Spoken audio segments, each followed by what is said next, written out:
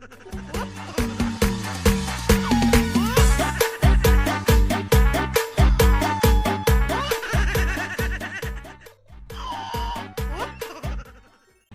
กูอยากเหตุงานนะกูเหตุตั้งนานแล้วแหละกูสิบอกไว้ให้กูทำตั้งนานแล้วถ้ากูอยากทำงานนะกูไปทำบัตรแรงงานทำงานโดยตรงแล้วบัตรแรงงานกับ10,000 กว่าบาทนะ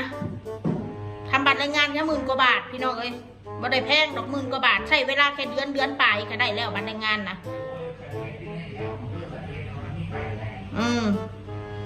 ไปของานเขาทำมางานบ่อึดจมุกทหารนี่ก็บ่อึดงานแม่บ้านงานรีสอร์ทงานเลี้ยงน้องงานเลี้ยงผู้เฒ่างานร้านอาหารเต็มอยู่เขาสมัครงานไว้นะเขารับคนลาวอีกงานทำความสะอาดรีสอร์ทเดือนละ 9,000 บาทดูแลคนแก่เดือนละ10,000ดูแลเด็กเดือนละ12,000งานเสิร์ฟวันละ450 บาทแถวริมโค้งนะแต่อึด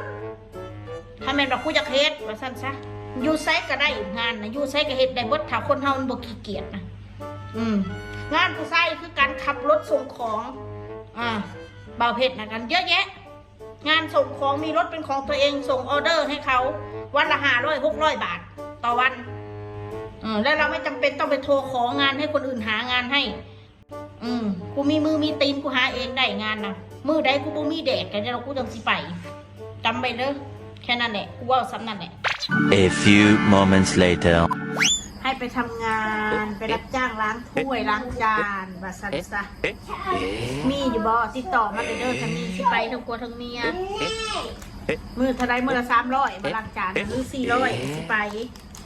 ตอนนี้เงินใส่หนีใส่สินตอนนี้รายได้ของผัวขอยได้มือละ100 กว่าบาทตอนมันบ่พอใส่หาให้ข่อยแน่ข่อยบอกรายเถื่อนะฮะกูแน่กูมีมือมีตีนกูหาเองได้งานนะมือใดกูบ่มีแดกแต่เดี๋ยวกูจังสิไปจำไปเด้อแค่นั้นแหละกูว่าแค่นั้นแหละหาให้ข่อยแน่ข่อยบอกรายเถื่อนะฮะกูแน่